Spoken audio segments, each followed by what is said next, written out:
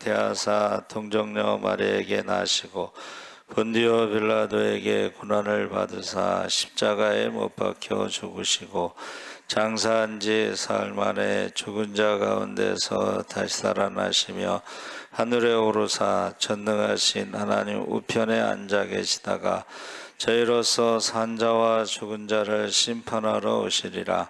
성령을 믿사오며 거룩한 공회와 성도가 서로 교통하는 것과 죄를 사하여 주시는 것과 몸이 다시 영원히 사는 것을 믿사옵나이다. 아멘. 문춘자 권사님 대표기도 하시겠습니다.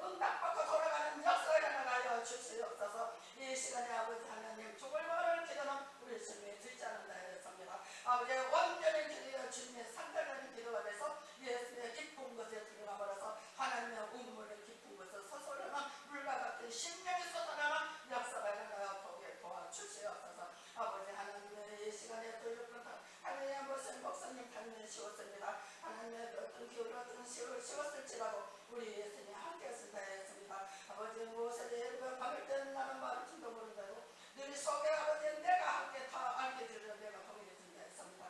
예수님 그가 같이 준비했으며 동일해 주시옵소서. 예수님 아버지의 말씀을 전할 때에 하나님의 아버지 인도는 지서로 하나님의 복주같이 쏟아나는 말씀을 쏟아져서 갈급한 신령의 아버지 그 말씀이 들어가게 하여 초치가 없기를 간절히 바라고 원합니다. 그럴 때 주님 하나님 맑은 물이 아버지 흘러내려오는 것 같은 모심을 아버지 들다볼 때 하나님의 그 맑은 물이 거기들이 오는 것 같은 신령들이 이루어지는 역사에 하여 축지옵소서. 예수님을 만날 때에 하나님의 질병이 떠나 걸려져 있습니다. 우리 예수님은 아버지의 골짜기에 빠른 빼들도 주님의 들어오는 회리바람으로 하나님을 달라붙게 했습니다. 아버지 하나님의 뜻이라면 넘치 못할 일이 없습니다. 아버지 하나님 오늘 이 시간에 하나님의 말씀을 듣다가 하나님의 악마들이 떠나가는 역사를 병모들 아버지 떠나가는 거칠받는 역사에 하여 주시옵시기를 간절히 바라고 나사리 예수님으로 간절히 기도합니다. 아멘.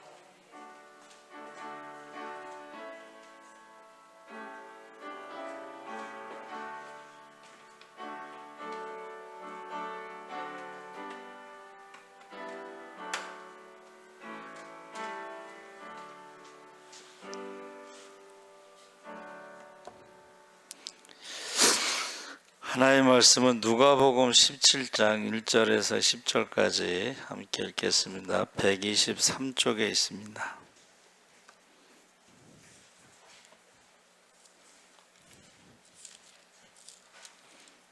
(17장) 1절에서 10절까지 우리 천천히 함께 읽겠습니다. 예수께서 제자들에게 이르시되 실족하게 하는 것이 없을 수는 없으나 그렇게 하게 하는 자에게는 화로다. 그가 이 작은 자 중에 하나를 실족하게 할진대 차라리 연자 맷돌이 그 목에 매어 바다에 던져지는 것이 나으리라. 너희는 스스로 조심하라. 만일 내 형제가 죄를 범하거든 경고하고 회개하거든 용서하라. 만일 하루에 7번이라도 내게 죄를 짓고 7번 내게 돌아와 내게 회개하노라 하거든 너는 용서하라 하시더라. 사도들이 주께 여짜오되 우리에게 믿음을 더하소서 하니 주께서 이르시되 너희에게 겨자씨 한 알 만한 믿음이 있었더라면 이 뽕나무더러 뿌리가 뽑혀 바다에 심기하라 하였을 것이요 그것이 너희에게 순종하였으리라. 너희 중 누구에게 밭을 갈거나 양을 치거나 하는 종이 있어 밭에서 돌아오면 그더러 곧 와 앉아서 먹으라 말할 자가 있느냐? 도리어 그더러 내 먹을 것을 준비하려 띠를 띠고 내가 먹고 마시는 동안에 수종 들고 너는 그 후에 먹고 마시라 하지 않겠느냐? 명한 대로 하였다고 종에게 감사하겠느냐?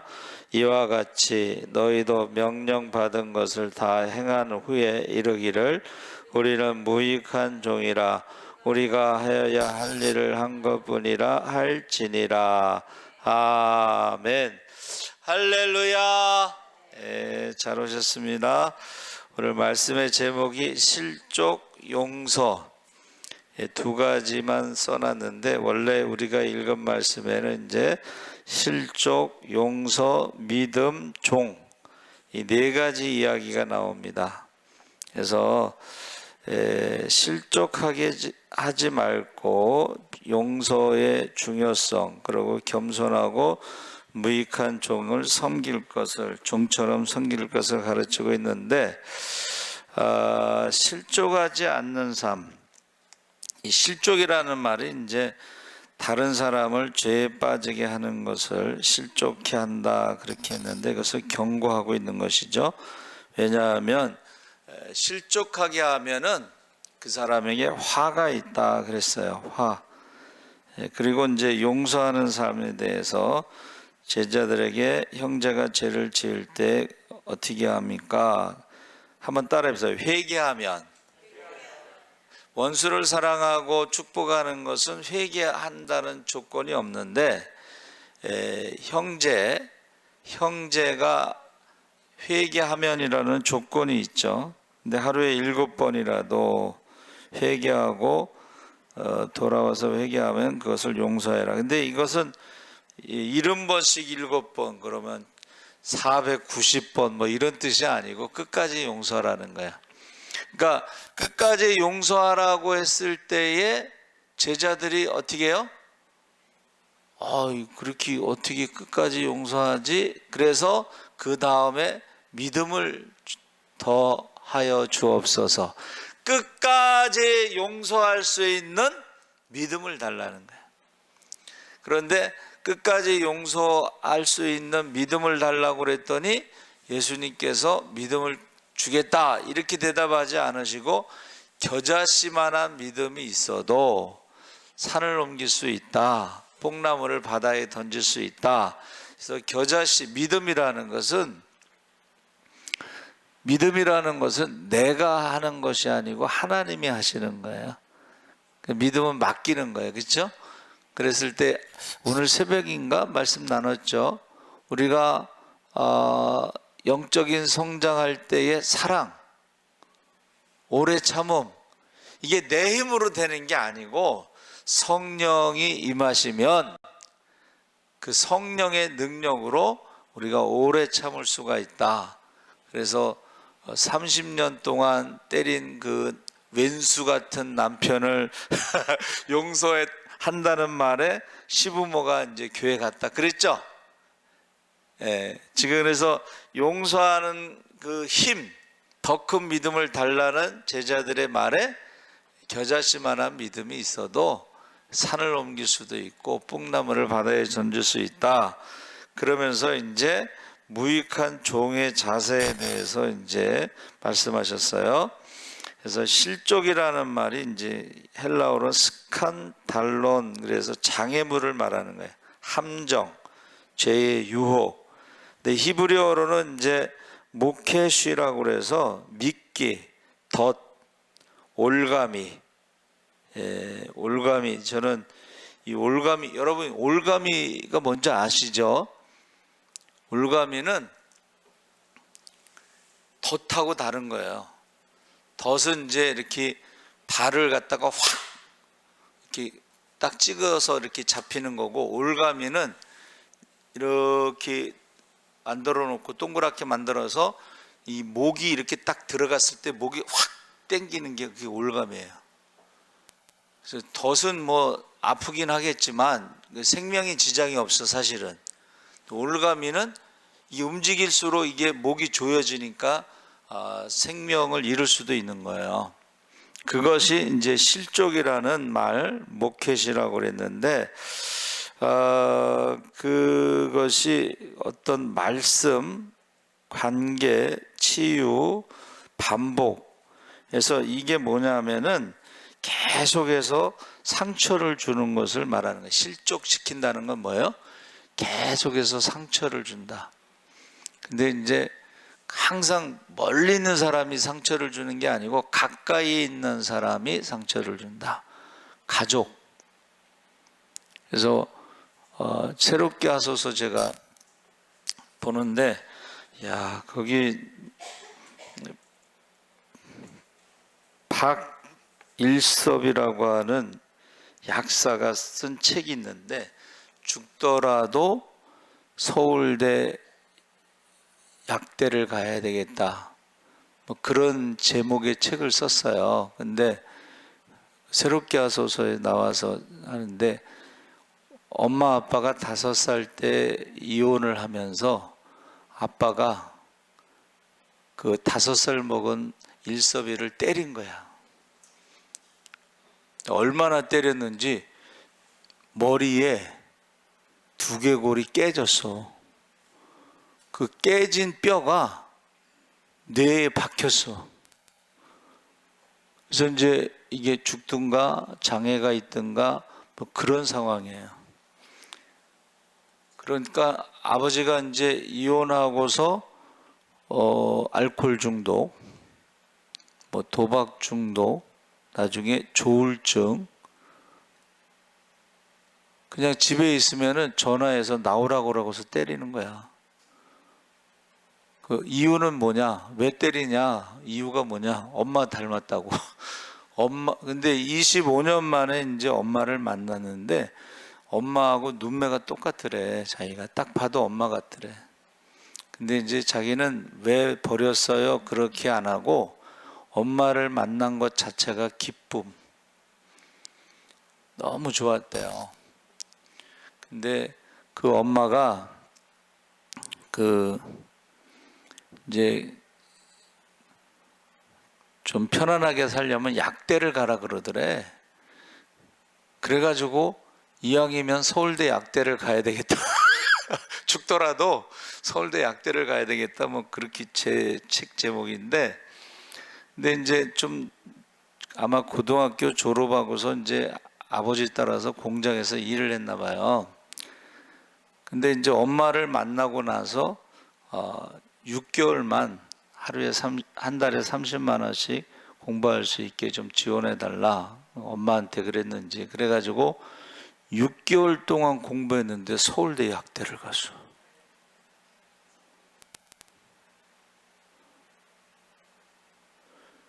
근데 그거 아셔요? 우리의 뇌가 태어날 때부터 작은 사람이 있어. 근데 뇌가 작으면요, 그 작은 거를 극복하기 위해서 다른 뇌가 발달하는데, 그게 학자형 무슨 증후군이야.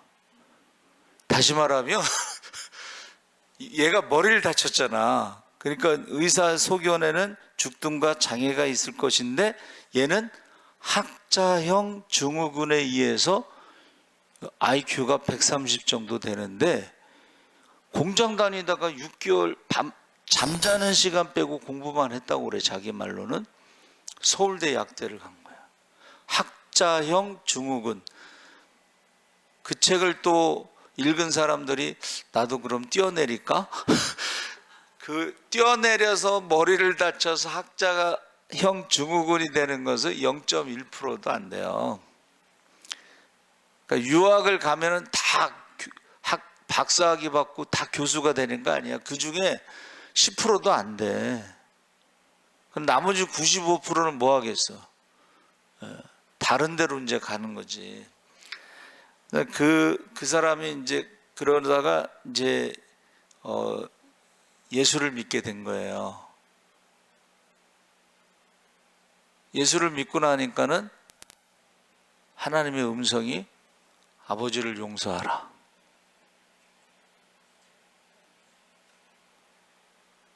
(25년) 동안 자기가 맞은 걸 생각하면 용서가 안 되지. 그런데 나중에 이제 아버지를 용서해. 그리고 아버지가 치매가 오고 그랬을 때 병원비도 내주고 빚진 것도 갚아주고 그런 과정이 있어요. 그런데 이제 고아원에 보내려고 했는데 그 할머니 60 먹은 할머니가 그 손주를 키운 거예요. 근데 할머니는 글을 몰라. 그런데 새벽 기도 갔다 와서 항상 기도를 해주는 거야. 기도가 일서봐, 나는 너를 믿는다. 하나님을 믿는 게 아니고 일서봐, 나는 너를 믿는다. 근데 할머니가 이제 치매가 왔어. 그래서 그 하나님의 음성을 듣고 아버지를 용서하고 할머니도 모시고 아버지도 모시고 엄마도 모시고 결혼을 하고 두 아들을 낳고 자기의 기도 제목은 행복한 가정을 만드는 거야. 그런데요, 참 무서운 거야. 아들을 낳는데 그 아들한테 질투를 느끼게 되더래. 나는 맨날 아버지한테 맞고 자랐는데 너는 다 갖춘 상태에서 태어났잖아. 그리고 그 아기를 때리고 싶다는 거야. 그래서 기도를 했다고 그러더라고.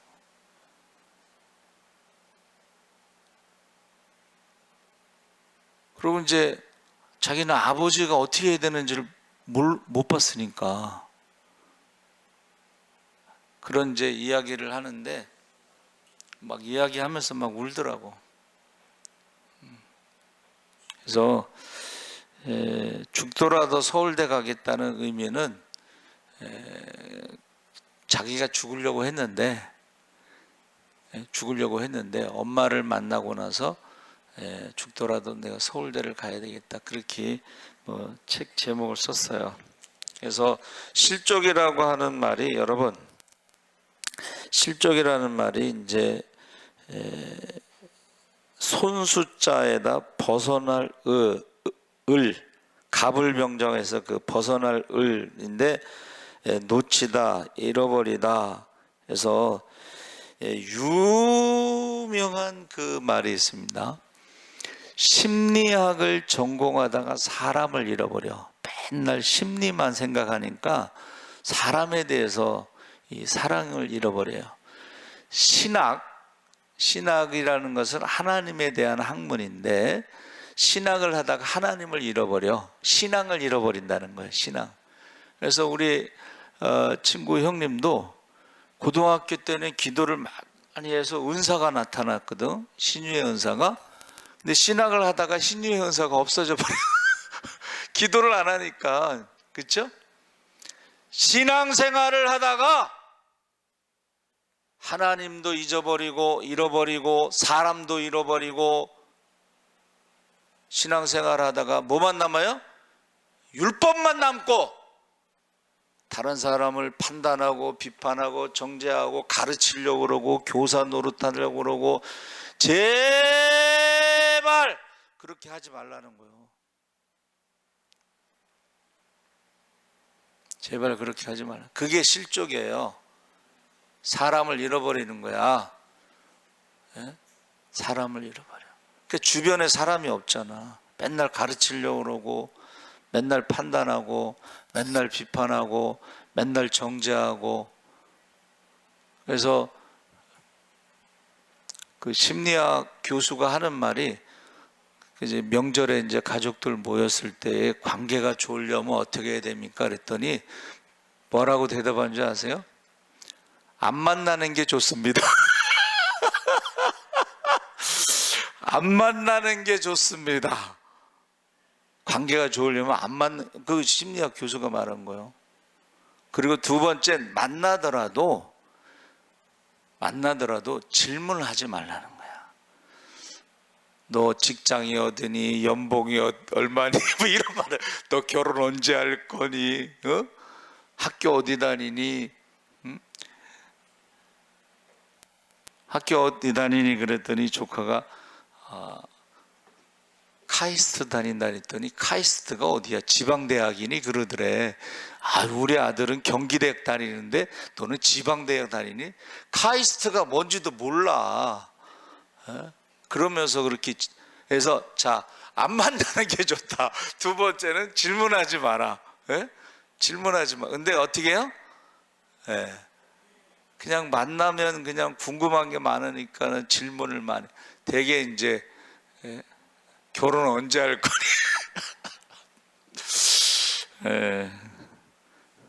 그러니까는 이제 만나고 싶지 않은 거야. 실족이라는 말이 사람을 잃어버리는 거야. 사람. 주변에 사람이 없어요. 자꾸 질문하면요, 자꾸 가르치려고 그러면요, 주변에 사람이 없어요. 실족. 그래서 이것을 실족이라는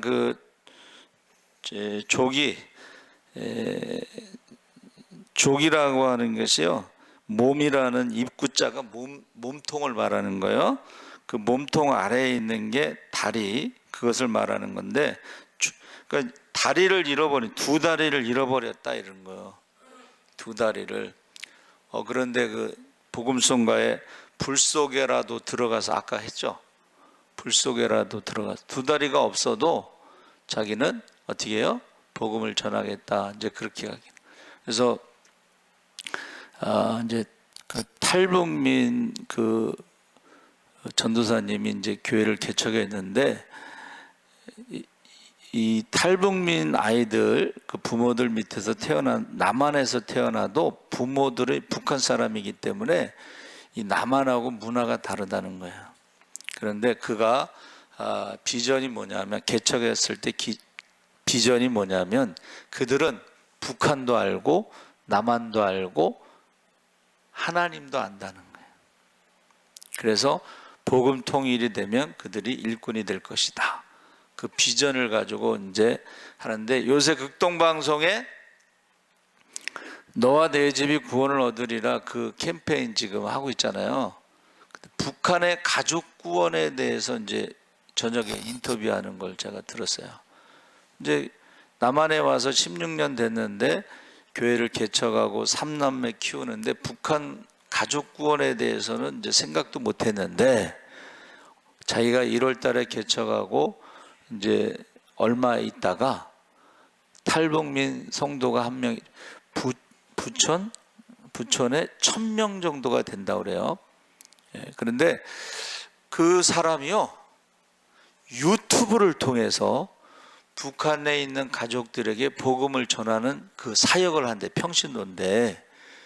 그래가지고 북한에 있는 가족 구원에 대해서 생각 못했는데 그분한테 배워가지고 6분 30초짜리 그 간증, 복음 전도, 가족에 대해서 이제 그거를 찍었대. 그래서 그것을 브로커를 통해서 북한에 있는 가족에게 보냈대요. 그래서 지금 답장을 기다리고 있는 중이다 그러더라고. 그러니까 제가 새벽기도 말씀 보내는 것은, 여러분 새벽기도 온 사람들한테 뭐하러 말씀을 보내겠어. 그거는 전도 대상자들한테 보내라고 제가 보내는 거예요. 그래서 지금 159명이 구독자인데, 오늘 저녁에 한 분을 더 만나서 이제 160명이 된 거지. 그러니까 내일 새벽부터 이제 160명한테 제가 이제 보내는 거예요. 그래서 여기서 보세요. 실족이라는 말이, 이거 뭐라고 말씀하셨냐면, 연자맷돌을 목에 걸고 바다에 던지는 게 낫다, 이럴 정도로 경고를 한 거예요. 그렇죠? 화가 있도다. 또 이걸 가지고 또 작은 자 중 하나를 실족하게 할진대 차라리 연자맷돌이 그 목에 매어 바다에 던져지는 것이 나으리라. 이거를 가지고 또 제가 대학원 때 학생회 부장 집사님 하라고 그랬더니 자기는 이 성경을 읽고 무서워서 못 하겠다는 거야. 자, 목사님은 이제 부장하라고 그러고, 그 집사님 못 한다고 그러고, 나한테 이제 전도사한테 물어본 게, 연자맷돌을 목에 걸고 바다에 던진다는 이 말씀을 읽고서 못 하겠다는 거예요. 그러면 이제 뭐라고 대답을 해야 될까요? 맞다고 하고, 그러면 이제 목사님한테 반역하는 거죠. 내가 하라고 해도 그 사람이 무서워서 못 한다고 그러니까는 답을 줘야 될 거 아니에요. 답. 그래서 제가 집사님, 제가 일주일 동안 기도하고 답을 주겠습니다. 일주일 동안 이제 기도를 했는데 답이 뭐냐면, 예수 믿는 소자 하나라도 그 소자를 실족하게 한다. 아까 말하는 거를 한문으로 말하면 두 다리를 자르는 것이 그게 쉬운 게 아닙니다. 그렇잖아. 그리고 여러분, 실족해서 죄를 짓고 하나님을 떠나게 하는 것은, 한번 따라해 보세요. 마귀만 할 수 있다. 집사님은 마귀가 아니잖아. 그러니까 그거 아무나 하는 게 아니에요. 그랬더니 이분이 이제 거기서 자유함을 얻고 부장을 하는 거야. 여러분, 정말 실족해서 죄를 짓고 하나님을 떠나고 믿음을 떠나고 그렇게 하는 거는요, 사람이 할 수 있는 일이 아니고 마귀가 할 수 있는 거야. 근데 마귀 짓을 하는 사람이 있어. 여기 하루에 7번, 하루에 7번이면 뭐예요? 아침 먹고 가서 찌르고, 점심 먹고 가서 찌르고, 저녁 먹고 가서 찌르는데 2번씩 찌르고도 한 번 더 찔러야 돼. 예? 그렇게 하는 게 쉬운 게 아닙니다, 여러분. 그런데 만날 때마다 말할 때마다 그렇게 하는 사람이 있어요.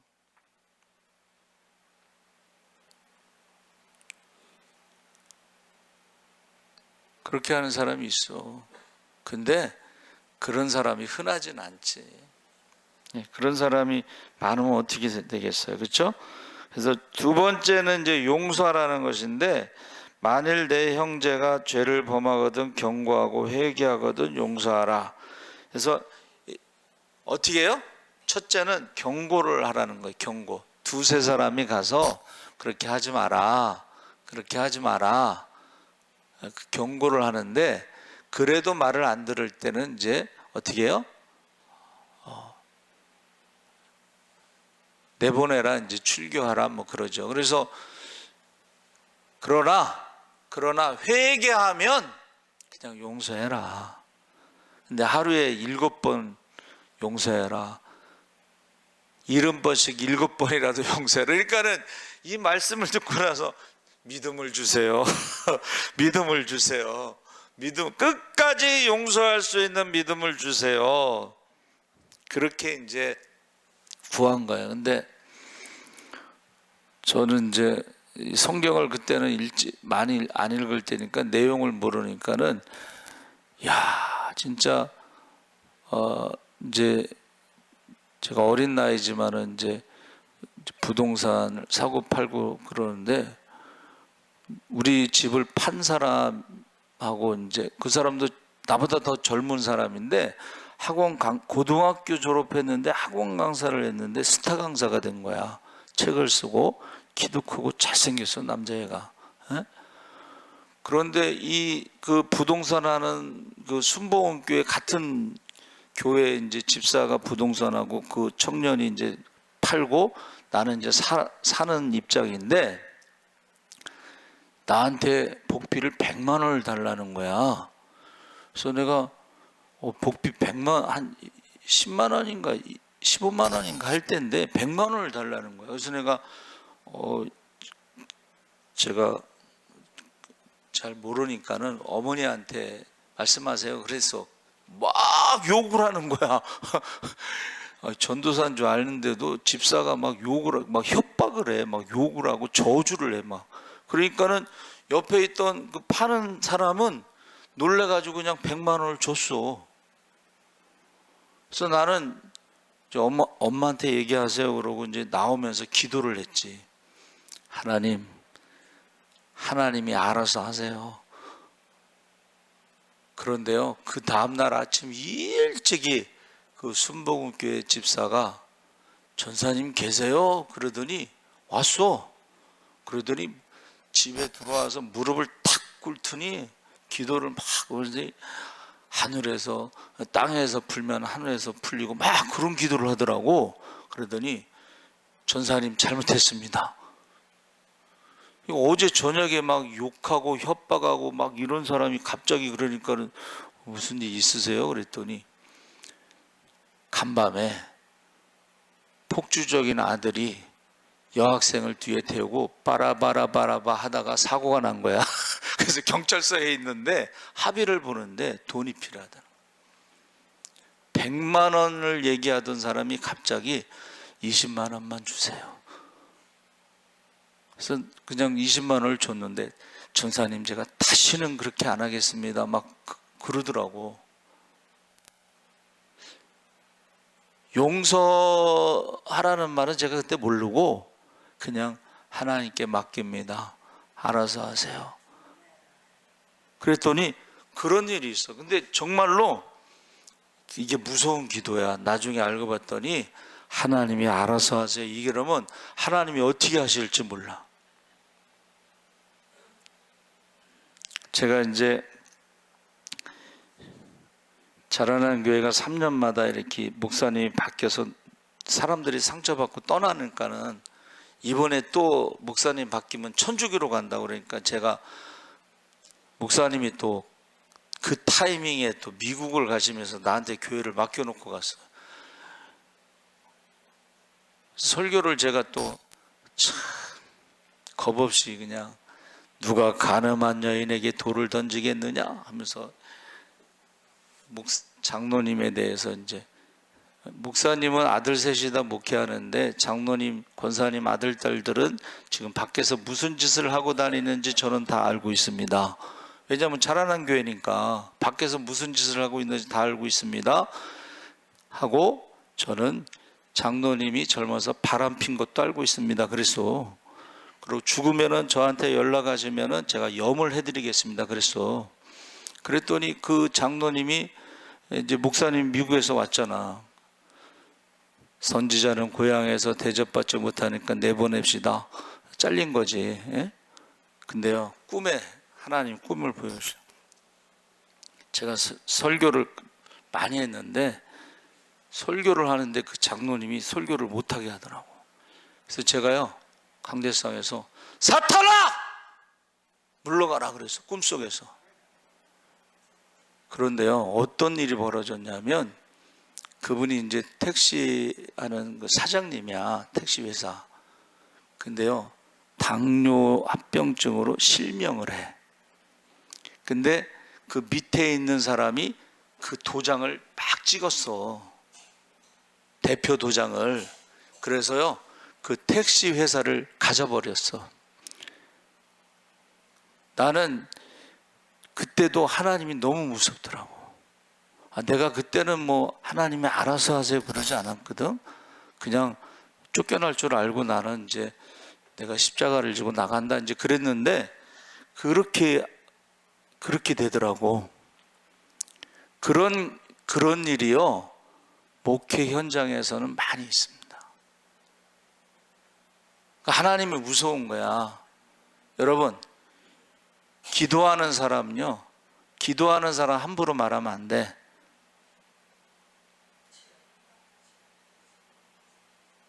기도 많이 하는 사람들을 함부로 말하면 안 돼. 굉장히 위험한 거예요.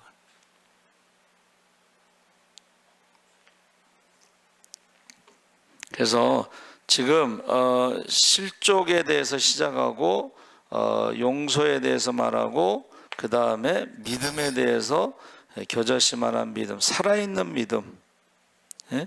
살아있는 믿음으로 더 큰 믿음을 원하는데, 살아있는 믿음이 살아있느냐? 아까 말한 게 뭐예요? 믿음은 하나님이 하시는 거니까 내가 하는 게 아니고, 예? 내가 믿음이 커서 그런 게 아니야. 예? 여러분, 믿음이 좁아갖고 그렇게 되는 게 아니에요. 예? 여러분, 저 복음서에 봐봐요. 자기가 믿음이 커서 그런 게 아니잖아, 예수님이. 그래서 백부장의 믿음이 뭐야? 말씀만 하옵소서. 내가 이스라엘 중에 이만한 믿음을 보지 못했다. 말씀만 하옵소서. 여러분, 말씀만 하옵소서를 이제는 세상 사람들이요, 과학적으로 증명하는 거야. 말씀만 하옵소서 했을 때 이 말이라는 것이 뇌를 속인다는 거예요. 에? 그래서 아침에 일어나서 거울 보면서 야, 잘생겼다 그러잖아요. 그러면 뇌가 잘생겼다고 생각한대. 넌 잘 될 거야. 잘 될 거야 라는 그 말이 자기의 미래의 모습이 된다는 거예요. 에? 이것을 과학적으로 제가 설명하기가 좀 그런데, 이 말이 나중에는 실제가 된다는 것이 과학자들이 설명하는 거예요. 증명된 거예요, 이거는. 예?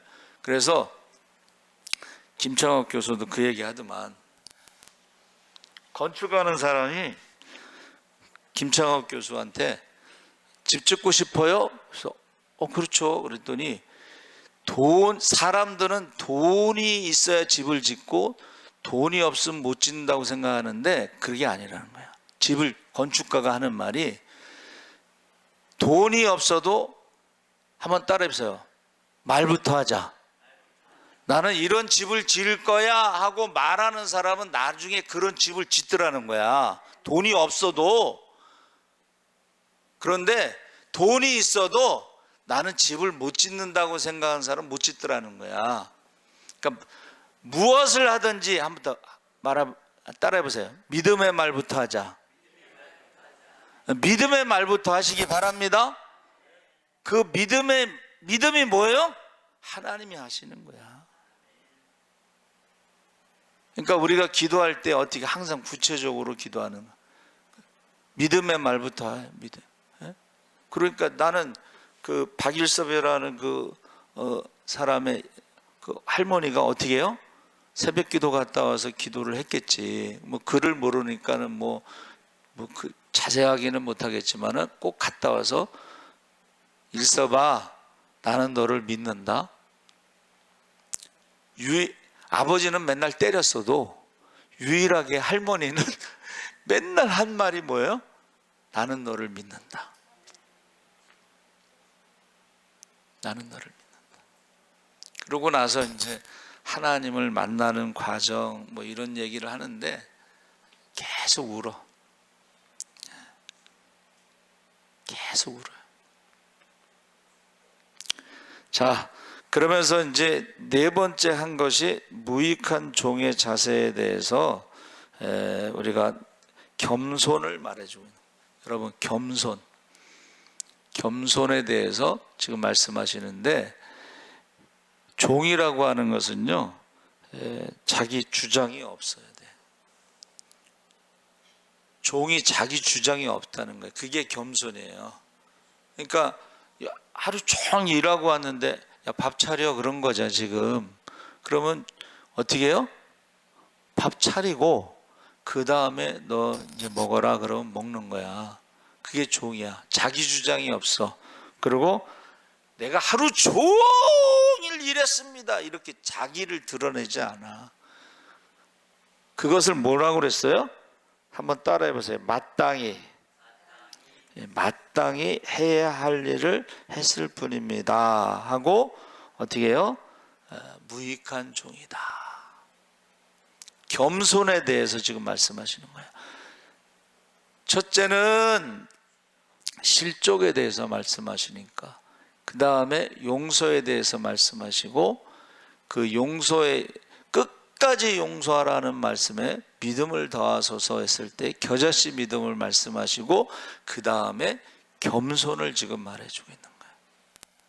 우리가 신앙생활 할 때요 자기 주장이 있으면 안 돼. 그리고 신앙생활 할 때 자기를 드러내면 안 돼. 그건 종이 아니야. 예?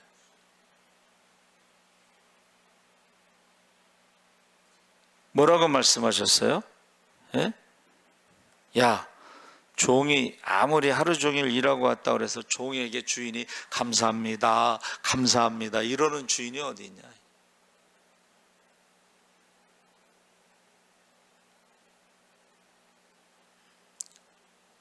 그런데 마지막 때에 어떻게 해요? 한번 따라해 보세요. 착하고 충성된 종. 그때에 이제 상급이 있는 것이. 악하고 게으른 종이 있고 착하고 충성된 종. 그래서 뭐 유명한 그 예화가 뭐가 있어요?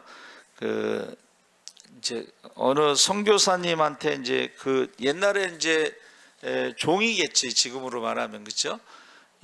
열심히 충성된 일을 하는데 이제 선교사님이 이제 본국으로 돌아가기 전에 기와집을 하나 잘 크게 지으라고 들어보셨죠? 근데 이 종이 이제 생각한 거야. 이게 마지막이니까는 선교사가 가면은 자기는 이제 뭐 남는 게 없잖아. 그러니까 기와집을 크게 짓는데 이걸 엉터리로 지은 거야. 그 돈만 받아갖고 엉터리를 줬어. 그랬더니 나중에 선교사님이 가면서 이게 너에게 주는 선물이다. 그 집에 살면서 평생 후회했다는 거 아니야. 여러분, 저와 여러분이 믿음의 집을 어떻게 짓느냐?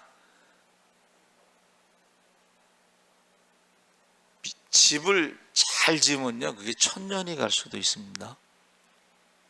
우리가 짓는 그 시멘트 있잖아요. 그거는 수명이 100년인데 그것도 잘 져야 100년이고 요새같이 날림으로 지면은 100년 가기 힘들어요. 그렇죠? 재건축하잖아. 응? 근데 옛날 집 나무로 소나무나 이런 걸로 해서 지은 집은요 1000년이 가요. 1000년도 더 갈 수도 있어. 그러니까 여러분들이 짓는 그 믿음의 집에서 어떻게 해요? 몇 년 못 살고 집이 무너지는 사람도 있고, 그 집이 대를 이어가면서 3대, 4대 이렇게 사는 그 집도 있다는 거예요. 근데 저와 여러분이 하나님 나라의 집을 어떻게 해요? 이 세상에서 재료가 올라가야 진대요. 근데 하나님 나라에서 집 짓는 사람이 밑에서 재료가 올라오지 않으니까 쉬고 있대. 그러다 재료가 올라오면 그냥 난리가 나는데, 이야, 이거 집 짓는 재료가 올라왔다고. 하나님 나라의 집을 이 땅에서 재료가 올라간대.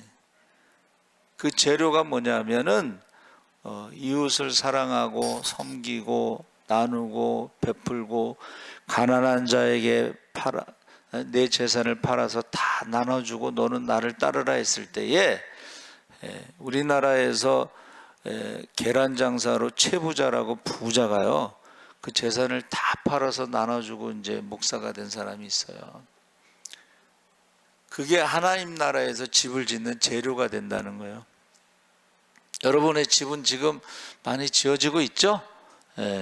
섬길수록, 나눌수록, 베풀수록 그 집이 지어지는 거야. 근데 인색한 사람들은요, 하나님 나라의 집이 지어질 수가 없어. 그래서 우리 친구가 좀 건달이야, 건달. 예? 서울신대 들어왔는데 건달인데 이 단발머리 이렇게 백바지에 도끼빗에, 이거 아무리 봐도 건달이야. 그래서 너는 여기 뭐하러 왔냐 그랬더니 입신을 냈대. 입신. 수련회 가서 입신, 학생 때 입신을 해서 보니까는 사람들이 기도를 막 하는데 기도가 이렇게 올라가지를 않고 떨어지더래. 그래서 하나님 나라에 갔는데 집을 보여주는데 요만한 새 장만한 집이 이게 네 집이다 그러더래.